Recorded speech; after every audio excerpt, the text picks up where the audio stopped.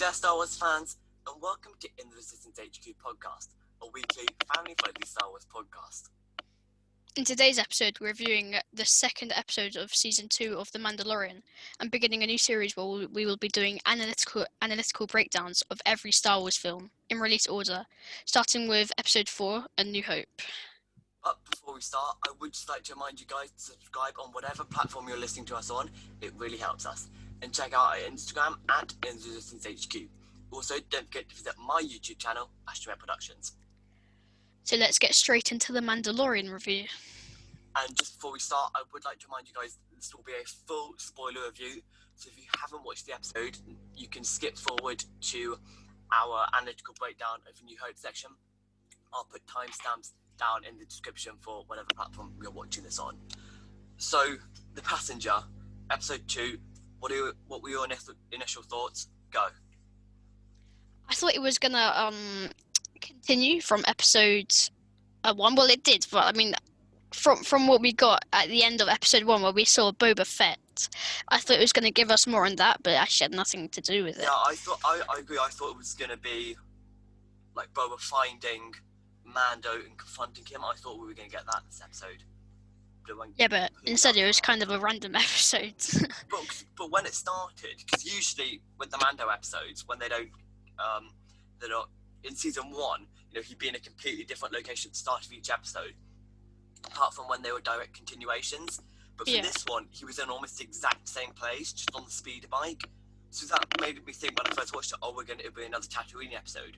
And then they had that bit where they some people tried to steal the child, and then it just went on, and he went over to that, he found Frog Lady and stuff. So it was kind of... Well, I think this episode was just to kind of set up the rest. I mean, just to set up episode 3. It didn't really make sense by itself. I think it was... I don't like to use this term, but I think it was a bit of a filler episode.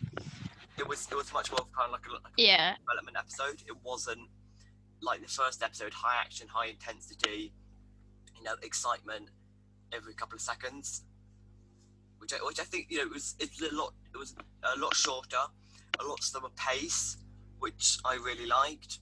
But at the same time, I also kind of like that high action, kind of high voltage, lots of new character stuff that we got.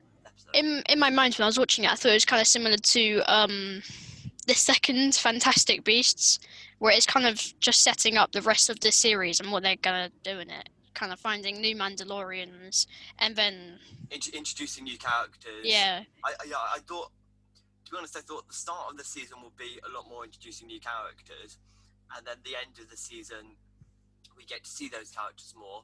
Whereas I guess it's going to be more like season 2 is introducing new characters, and then season 3 will be where we see them a lot. Which is why I think this episode really shows what kind of they're going to do slightly more with this season, and then show what they're going to do in season 3. Because now I wasn't expecting that they were going to leave Tatooine just after revealing that Boba Fett is still alive. I mean, we don't actually know that it's Boba Fett.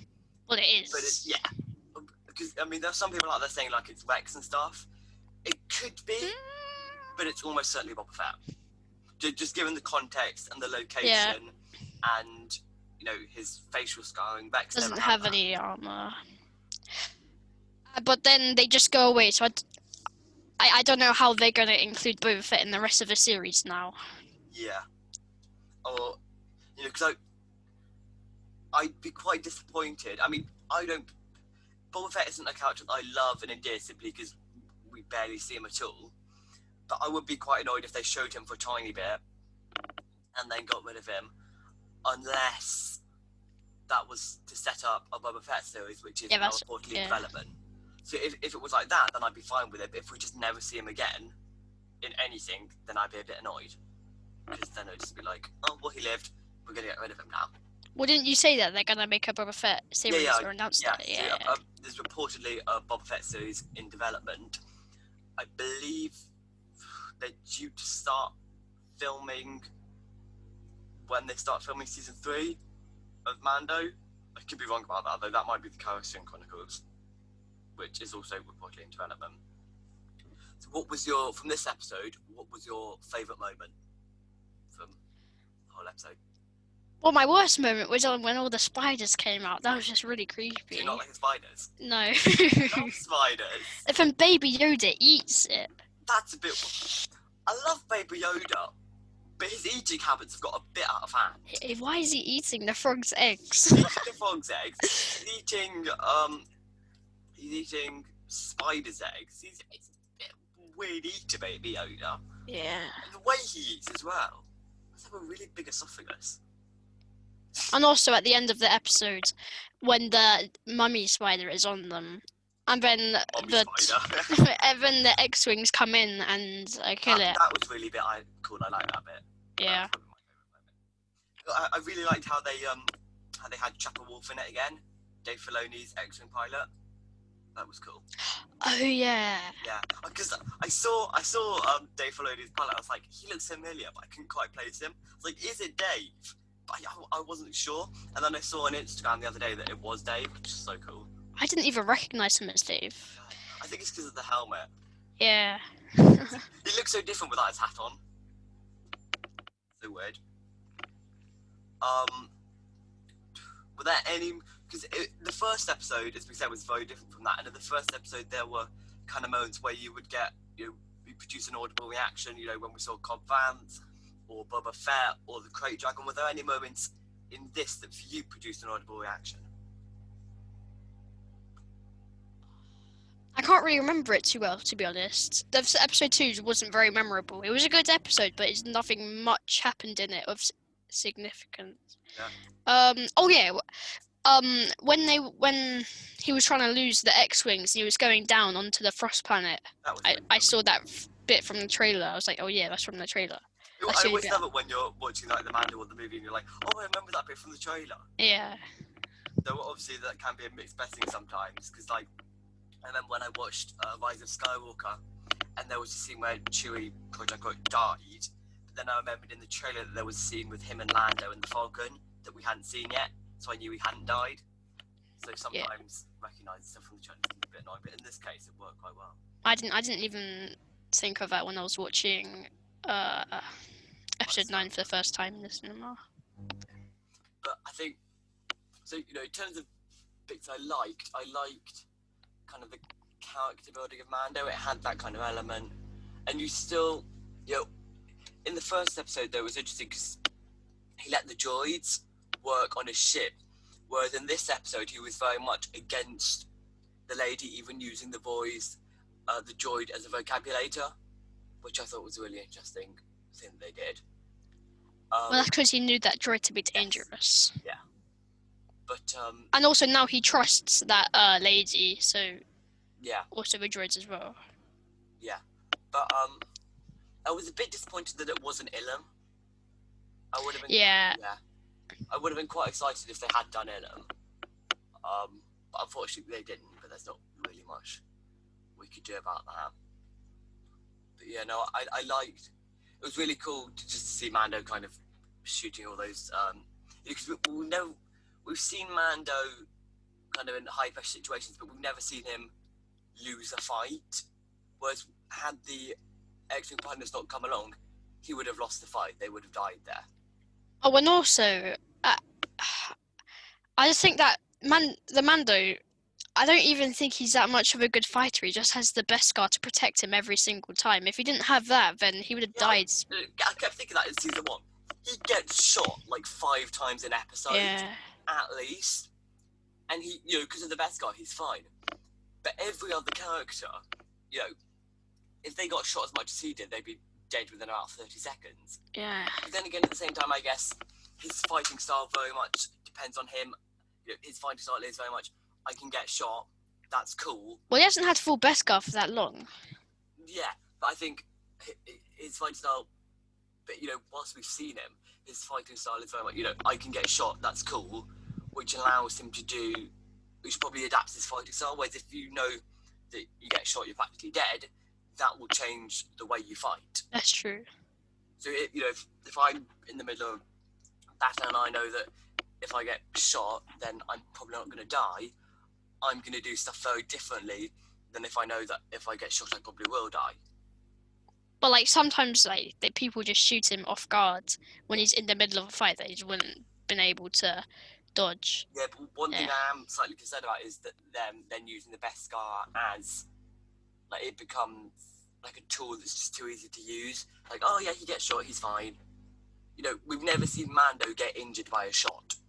You know, the only time he's been injured The explosion. is an explosion. Yeah. Yeah. So I'd be interested to see at some point, you know, maybe season 3 or something. I'd be interested to see if he lost his Beskar armor and how he'd survive without the Beskar. I think that would be quite interesting. I thought when that bounty hunter, wherever it was, took Baby Yoda, that he was gonna ask for the Beskar, but just a jetpack. Yeah, so did I. I did find it quite funny how he shut off in the backpack. He kind of like sent the backpack up in the air and Duke falling to the ground. It was quite funny. So did you particularly notice any Easter eggs in this episode? Well, I didn't even notice Dave Filoni, but apart from that, no. So there were obviously the spiders. We saw a species very similar in season 3 of Rebels, but the no. Kyok. On the Rebel base. Yeah, have you watched Rebels? I have. Yeah, but I didn't think they had 6 legs. Yeah, didn't they were. I think they were like a similar species. Because the Kyok only had like 4 eyes and 4 teeth, but these ones had like way more. I think they were based on like a Ralph McCoy drawing, so I think they were like a similar species but not the same. I reckon it'd be same for every large spider. It was also the species dude that attacked Mando and got the child with the knife to his throat, the one that he dropped from the jetpack. We see that same species again in Force Awakens. When Rey's cleaning her stuff on Jakku, which is pretty cool. Oh yeah. To be honest, I can't really think of any. I know we see the Fog Lady species in the bar on Navarro in the first season, but apart from that, I can't think of anything else. Can you? No. So after this episode, have we got any kind of expectations or theories for the rest for future episodes? Well, he's gonna deliver the frog lady to her husband, and then he's probably gonna find the Mandalorian on whatever planet that they are on. We see that in the trailer, don't we? I think there's a scene on the dockyards where you see because there was a lot of speculation about it. There's someone with a tank on their back. And we now know that that's Fog Lady.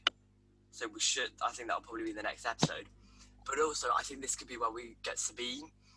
Because if you look at the location where we see Fog Lady and her husband in the trailer, and the location where we see Sasha Banks' character in the trailer. You see her character in the trailer? You see Sasha Banks in the trailer. Do you? Yeah. I didn't even notice. She's the one when they talk about like the enemy sorcerers, and you see her, and then a load of people walk in front, and she's gone. You know if you saw it. Yeah, I didn't see. Then so they look fairly similar. So that, and the rumor is that Sasha Banks is playing Sabine. So that could well be where we see Sabine. Yeah. Very fun, and then that would be obviously the next Mandalorian, and then. Also, we might see Ahsoka there as well. I don't think Ahsoka and Sabine have been. I think Ahsoka and Sabine will have been separated or something, and then. How come? I don't know, to be honest. And I think Sabine will help us find Bo-Katan, and I think some of the episodes, the last 2 episodes of the season or something, we'll be searching for Ahsoka, and then Moff Gideon's trying to get there first or something, and then the end of season 1 we see Ahsoka. I think that could well be the way they do it. And then that either sets up season 3 or Ahsoka if we get a Ahsoka series. I'd love to see a lot of Ahsoka in this series. I don't think we're going to. I think she'll have a very minimal role in this series, and it'll be mainly set up for season 3. Yeah. Because we're already 2 episodes in, and we haven't seen hide nor hair of her. I doubt we're going to get her in episode 3. So I want more Ahsoka time. I don't want 5 episodes. I want a whole season. Yeah, I think it's kind of fitting that Ahsoka is in the Mandalorian season with Baby Yoda, because in the Clone Wars and in Rebels, Ahsoka and Yoda kind of have like a special link. I can't really explain it. They kind of I know you kind of get the feeling that Yoda's always quite liked Ahsoka. Yeah. Because when we first see Ahsoka in the Clone Wars movie, one of the first things she says is like, Master Yoda assigned me to Anakin Skywalker because I'm advanced or something. Yes, stuff like that. Master Yoda thought I was ready. So, something like that. So I think then there's that. But, obviously the question is Baby Yoda another one of their species, another one of that species, or is he a clone of Yoda?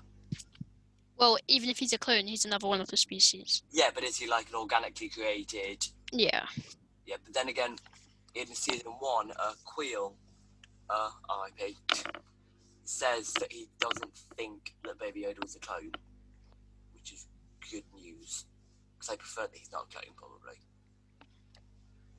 Well, that would make kind of a good story if he was a clone and who wanted to make the clone, who even knew about Yoda, because a normal person didn't really know any of their Jedi. Yeah, but then again, I think if it was anything else, then I prefer that. I think we call it that it's a clone. That because it's Yoda's species, we know nothing about Yoda's species. That's true, yeah. Apart from that they're green and small and live to very old. So I think if it was an actual one of his species, I think that would be a lot cooler. Okay, guys, so we are now going to go into our Star Wars A New Hope analytical breakdown section. And the way we'll be running these is that we're essentially just going to be, taking all the, we've got 5 different categories, and we're going to be rating them out of 5 for each of the movies. And we're going to try and keep, because obviously these are analytical breakdowns, we're going to try and keep our personal feelings out, apart from for the last section, which is obviously more subjective, but we'll get to that later. So the first section that we're going to start with is cinematography and visuals. So in terms of A New Hope, Joe, what were your kind of thoughts on the cinematography and visuals? Well, watching it as a kid, I didn't really notice that it was really old styled because I hadn't really watched any of the other ones. But as I got older, I really noticed the difference between, say, the prequels and A New Hope, how it was so long ago. But for the time, they were some of the best. Yeah, because obviously we weren't around when they came out, but when they came out, that was like revolutionary stuff. But now, you look at the kind of the VFX they've got on the sequels, and some of the shots they put in there, they're compared. They make A New Hope look pretty bad, but I think the technology has advanced so much since then, and the cinematography has advanced so much since then. It's quite hard to kind of draw the comparisons. But I think for its time, and I think that's probably for this category what we'd be going off. But we'll probably be doing a mix. But the cinematography and visuals for them were outstanding, I think. Well, say if we're looking at it subjectively, no, the cinematography and visuals weren't good. But this is analytical. We probably should look at it subjectively. Yeah, but to be honest, I don't really mind the style that it's in. I quite like it, actually. Yeah, I think it's because with the prequels and with the sequels, it was kind of about there was a lot of kind of like amazing sweeping shots and like really cool CGI. Whereas and that looks amazing. That's really cool. It looks amazing, but there's something about A New Hope in the way it's filmed. It makes it look slightly kind of looks quite authentic and kind of old-fashioned, which is obviously now looking back what it is. I think that gives it a really nice kind of feel to the movie, which I kind of really like about it. So what are we going to be basing this off, like, compared to today's standards, how it fits the movie, or like just how good it was for the time? An analytical breakdown, I think we probably should go off today's standards, to be honest. Mm-hmm. Oh well. But cinematography and visuals. Today's standards. It's a lot of kind of stationary shots, and the visuals are quite kind of. I don't know. This is a hard one. Obviously we want it to be high because it's A New Hope, but if it's today's standards, then it has to be like a 1 or a 2. I'd say a 2. I think. Okay. So we're gonna give A New Hope a 2. Just write that in. There. So A New Hope, we're getting 2 out of 5 for cinematography and visuals. Now on to our second category, and that is the plot. So, plot of A New Hope, first Star Wars movie. It was the movie that obviously got everyone into Star Wars. You know, that was one of the biggest all-time kind of movie receptions ever. Have you seen those kind of like graphs, and it shows like the kind of movie incomes like just before New Hope comes out, and then New Hope comes out, and it just completely sweeps the ball with all the other ones. It's really cool. But I think I love the plot of New Hope. Yeah, New Hope is still so great in terms of plot. You know. Well, also with the plot of A New Hope, originally it just was a single film. Yeah. So it had to kind of get everything in there, of course, destroying the Death Star at the end. And I think, yeah, that will have to count against it, because originally it was just going to be Star Wars. It wasn't Star Wars A New Hope. So, you know, it ends the saga almost before it's begun. But I think the trilogy still works really well, but it does have that sort of finality with the death of Obi-Wan, and with the blowing up of the Death Star and stuff like that. You know? Yeah. And with the ceremony at the end and stuff. Yeah. I would have loved to have known what would have happened if George Lucas had known he was going to make a trilogy. And I would have loved to have known what he did in the first movie. Where if the first movie would have been action-packed like it was, or he would have taken it at a lot slower pace. Well, if he knew that he was going to make a trilogy, I don't think he would have done 2 Death Stars. No, I don't think he would have killed off Obi-Wan either. But then again, we got Yoda, so... That's probably why Yoda was created, though. Yeah, I think it was, to be honest. But, you know, the plot of A New Hope, it is the classic Star Wars movie. It's got bits of everything. It's got big fleet battles, it's got scoundrels, it's got lightsaber duel, it's got it all there. It's got Obi-Wan. Hey.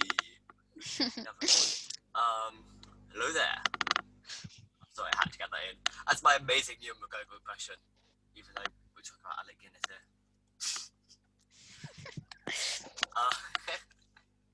Hello there. You don't want me to do my General Grievous impression, that's awful. No, I don't. We do it. General Grievous. That's a bold. Imagine just a load of clicking in there. You are a bold one. That's just like Darth Maul now, right? That was Darth Maul. That's what I was thinking. Hello there, General Kenobi. You should have a General Grievous voice. I sound like Palpatine mixed with Yoda. General Kenobi.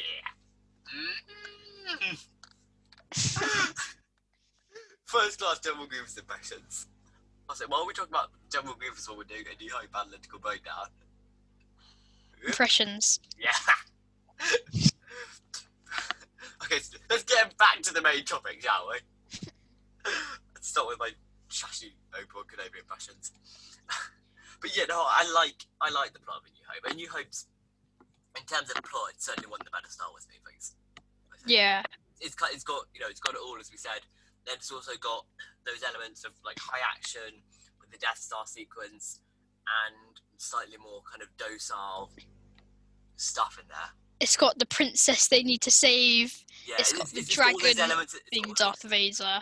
And then it's got the Jiraiya figure. You know, it's got kind of like someone who needs help. You know, like a guy stuck, you know, wanting to get out of his boring everyday life. Obviously, it's in a galaxy on a full desert planet with spaceships and a galactic empire, but you know, there's no one as you can get in the Star Wars universe. It's got kind of all those elements. A character who doesn't really care about anything, and then they save the day. And then, you know, like a group of people fighting for what's right in the rebels, and someone who needs helping, and the scoundrel who doesn't really want to help, who gets kind of crowded in anyway. So I say, what should we give to the plot for New Hope? 4. 4? I was going to say 4 as well. Let's see if I find on my keyboard. So we have cinematography and visuals, we have a 2 out of 5, and then for plot, we have a 4 out of 5. Now, this next one is probably going to be slightly more low scoring, is the script. So here we're talking about the dialogue that's said and the stage directions, I guess, stuff like that. In A New Hope, you know, 1977, you know, low budget indie movie about a dude blowing up a killer space station. Let's be realistic, the script wasn't that great. No. It just didn't really feel right throughout the whole movie. Just like what they would say didn't. I don't know. I don't really know how to explain it. I think we kind of look past it because it's A New Hope. You know, it's Star Wars, Mm-hmm. but it's not.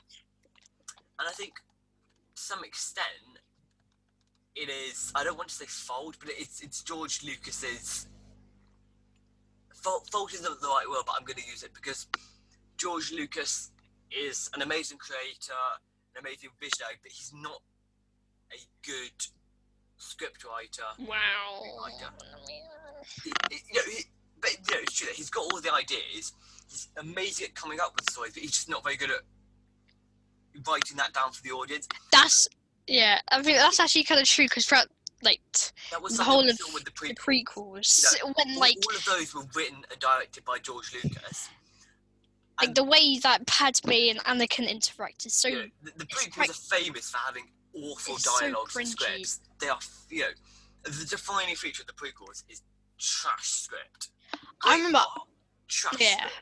But I was talking to you about this once, where you said that the acting in Revenge of the Sith was bad. I think it was just the script. Like with Anakin and Obi-Wan, I think the acting was good, but the script was just kind of cringy. I think some of the acting on some of the characters' parts wasn't great. There were some bits where Anakin was being very wooden. There are parts, Padme was being a bit too soppy or whatever. There are parts of the prequels where the acting is not great. I stand by that. Wait, Anakin was being what? Wooden. What does that mean? Like, the acting isn't particularly expression. They're just kind of standing there delivering their lines. I don't think it was that, to be honest. I think a large part of that is script and lack of direction by George, to be honest. Yeah. Obviously, we'll get to that when we talk about the prequels and their breakdown. And I think you see a lot of those traits in A New Hope as well. That kind of wooden, not positive expression, just kind of standing there, delivering their lines straight off. Kind of not interacting with the other characters. You see that a lot in A New Hope. I think the problem with A New Hope is often it gets kind of like a silver bubble around it because it's, as we said before, it's A New Hope. And also, there's one thing that got me when Obi-Wan dies and Luke shouts no. Yeah. It just he shouldn't have said anything. It just should have been his facial expression. But it just sounds a bit odd. There are some bits in A New Hope that are just a bit clunky in terms of the script. Yeah. And actors not know where they're supposed to go and stuff like that. I've just had some connection between Luke shouting no and Finn shouting Ray. Some parallels. People say that there isn't enough similarities between the original trilogy and the sequels. Yeah, well, characters yelling things really loudly. There's a it's just a direct clone. It's just like Naruto's Shadow Clones. I haven't watched Naruto. Joe has. He's trying to persuade me. There's no way I'm watching something that's 720 episodes long. I'm sorry, mate. It's not happening. Apart from Friends, which is like, I know it's only 500 episodes. Friends is terrible. Okay, I'm going to pretend you didn't just say that. Okay. So people say it's so good. I just don't see what people like about it. It's so bingeable, It's so unfunny. Oh yeah, no, it's completely not funny at all. There are some elements that are funny, but it's not particularly funny. It's just bingeable. And also a laugh track. I hate it on American TV shows where they have laugh tracks in the background. One of the only American TV shows, old ones, that doesn't have a laughing track is It's Always Sunny in Philadelphia. Best show ever, man. But then again, now because I've watched so many of those things with laugh tracks, when you watch TV shows that haven't got the laugh tracks on, you're just like, where is everybody? Where'd they go? Well, I mean, like, are we supposed to laugh? I'm not really sure what's happening. It's like when you go to a shop and there's no music playing, and you're like, I mean, like when you have to when the show has to tell you when to laugh, it's just unfunny. We're getting so off topic today. People listening to this are going like, why are they talking about laugh tracks and Friends now? Like, we're supposed to be on the script video. Oh, God. So what should we do for script? 3.5? 3? 3. Fine. If we gave cinematography and visual a 2... Yeah, but, like, we can't just not be, like, it's a poor script. We can't give it a high score. No, I'm saying, but we shouldn't give... I think cinematography and visuals are better than script. That's my point. Should we give cinematography and visual... Change cinematography and visual to 2.5? No, but... Yeah, cinematography and visuals are good, but if we're going for the time, well, then they can't get more than a 2 because they're just not good for the time. Okay, so imagine... script is 2 as well? Yeah, but... Or, okay. No, maybe a 1.5. I feel like cinematography and visuals are better than script, even for the time. Mm-hmm. Because, like, imagine if a Star Wars film came out now with those cinematography and visuals. Like, hey, look, you may hate the sequels as much as you want, Joe. What? But you know, the sequels credit, you have to admit, the cinematography in the sequels, especially in something like The Last Jedi, is astounding. You know, well, I mean, some of those kind of shots that they do are really, really nice shots. that's true, but it's like the scenes that it's in.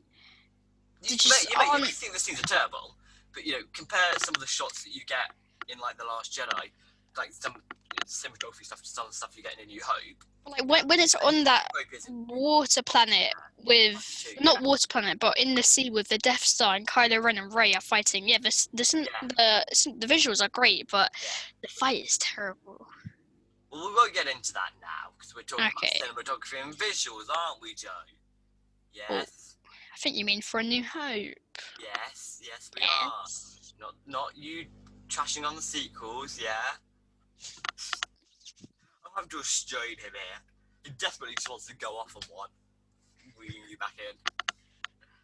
Okay. Maybe another slightly low scoring one. Characters and character development. Characters are great. Character development. I think that's good. Joe. What? Character development. Really? Yeah. You go from Han at the beginning to Han at the end. Yeah, but there's Chewbacca.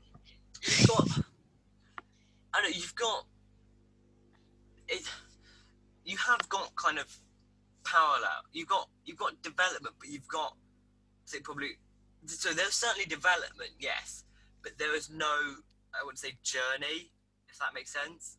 So it's a journey because it's at that time it was just a single film. Yeah, and I think that's the thing it suffers from, because it's a single film. Yeah, so there's more of a journey. Everything in there, so he hasn't really got time for having each individual character's journey. Oh, there is development. It's just that there is, yeah, but it's got to be rushed slightly more, I think. Yeah. I know you. Because he's got to fit it.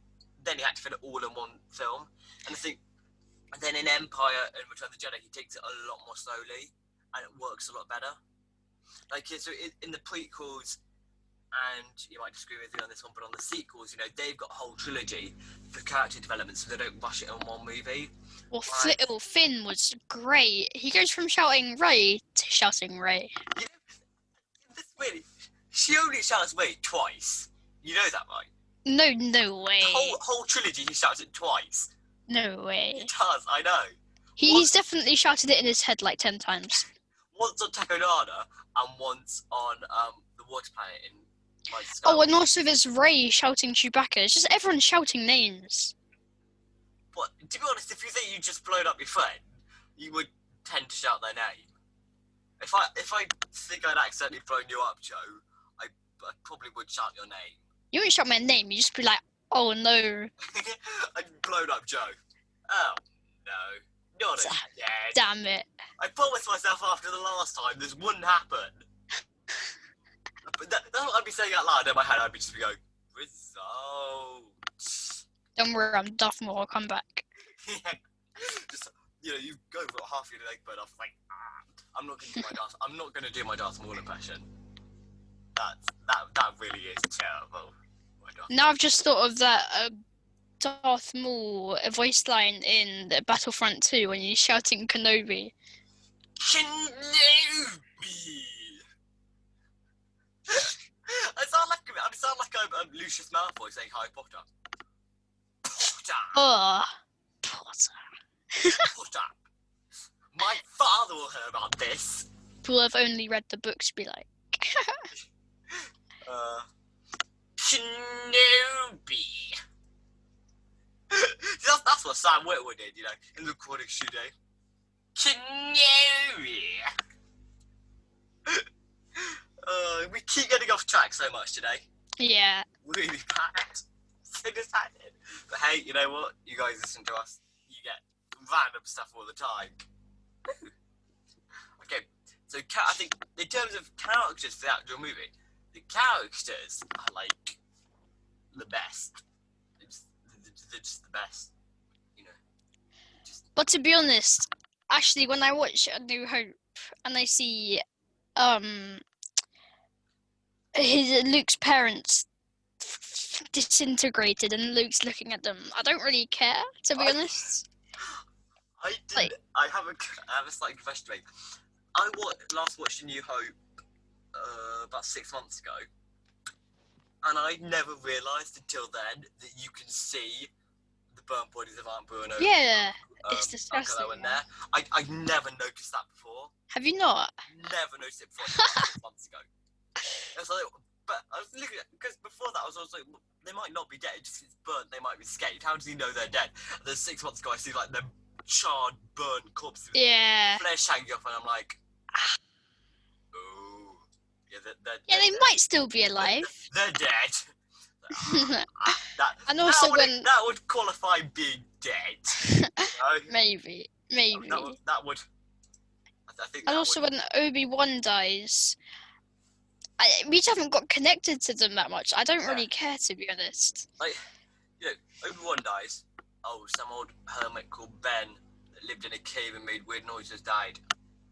I couldn't care less. But once we get to the prequels, I do care. I'm not going to do my impressions again. The saddest thing. The saddest thing is when Obi-Wan's dragon lizard thing dies. Oh, the bugger. Yeah. Bugger! Oh, IP bugger. I don't even know if it's bugger. Even if we're calling it bugger. And that random droid in Clone Wars Season 3, Episode 10. Oh my god, that's sad. Which one? I'm joking. We connected more with Bogger than with Obi-Wan in New Hope. I think that probably says something. Exactly. But I tell you what, after the Kenobi series, that death is going to be awful. I mean, like, we see a lot of Obi-Wan. We see a lot of Obi-Wan in the prequels and the Clone Wars and in Rebels. That makes it more emotional. But then in the Kenobi series, it's literally going to be, it's going to kill me. I think I'm going to be able to watch it again. That's going to be awful.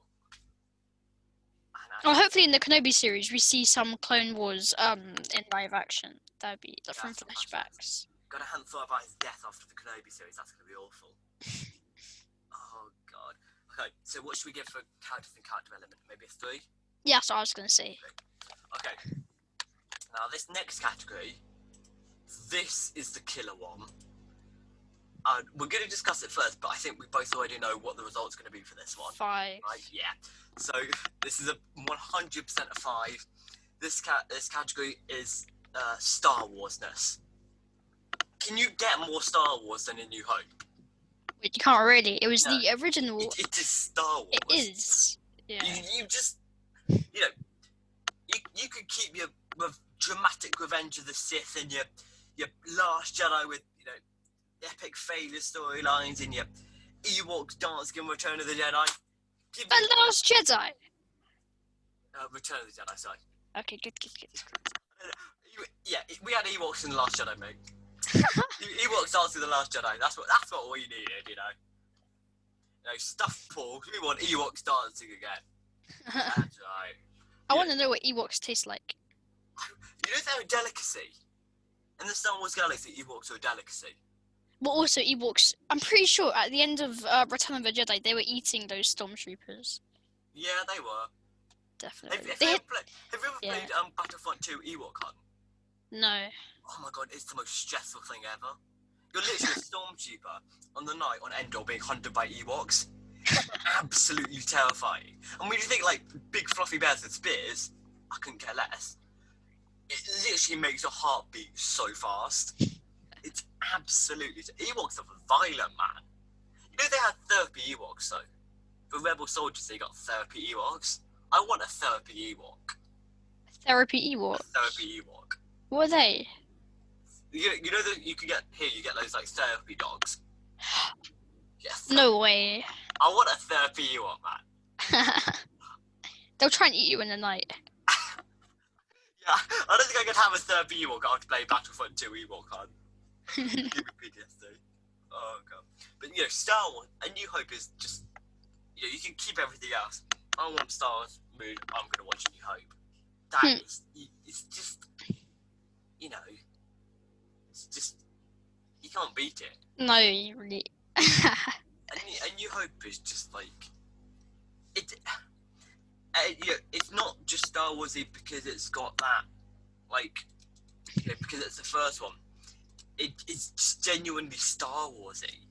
It's a movie on its own. Like, you don't need any context to watch it. It's it's so brilliantly. It's got all those elements that all the other movies take from, and it's just. It's such a great movie. I know it's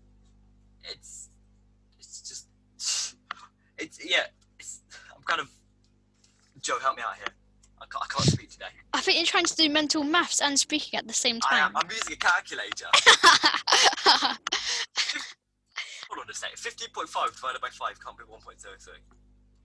I'm just trying to work out the average. In my head, I worked out 15.5, Patrick. Yeah, well, I'm using a calculator, so... With 7.5 plus 3, that's 10.5, yeah.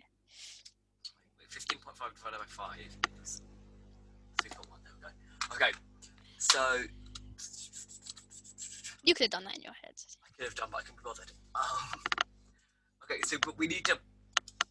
So the scores are officially in, and out of a grand total of 25, Episode 4, Star Wars Episode 4, A New Hope has scored 15.5 points, and then if we turn that down to out of 5, it's got a rating of 3.1 out of 5 as a movie, using the categories cinematography and visuals, plot, script, character element, and Star Warsness. Well, last time we did it, it got more, but that was the time I forgot to press record, which we don't talk about. Don't talk about that. Don't talk about that. No, we'll talk about that. I've checked, during this recording, I've checked about 5 times to make sure I'm still recording. It's stressing me out so much. I'm going to check again now. Wait, are we? Okay, we are. I've got to hand on half chat then, because I couldn't find the recording button and I thought I had pressed record. This is stressing me out so much. The 9th time. I've only not pressed record once. It's only been once, okay? If you want to get into mistakes about the podcast, we can start. Okay, we don't have to start there. We don't have to talk about that. For those of you who don't know, the reason we never, very rarely post is because Joe never turns up. Ever. Literally, any time we try to do it, it's like, I'm sitting here waiting with, everything ready, and then I get a text from Joe's like, I'm playing chess. I'm weeding. And I'm like, are you serious? This is like the 15th time today. I'm never letting this go, by the way. When we'll come 90-odd pensioners at our house and be like, remember that time you didn't turn up for the podcast? I think you mean times. Times very long yes on there. Those 50 times you didn't show up. 50 times. 50 times a week, you mean? Okay, yeah, I did think A New Hope feels like it should be higher than 3.1. I don't know. Because I think when we did it before, we were maybe a bit generous. Yeah. So, given that we're talking about A New Hope, I think we have to go with the eternal question. Joseph McLean. Who shot first? Well, Greedo did. Thank you! Two shots were just- fired.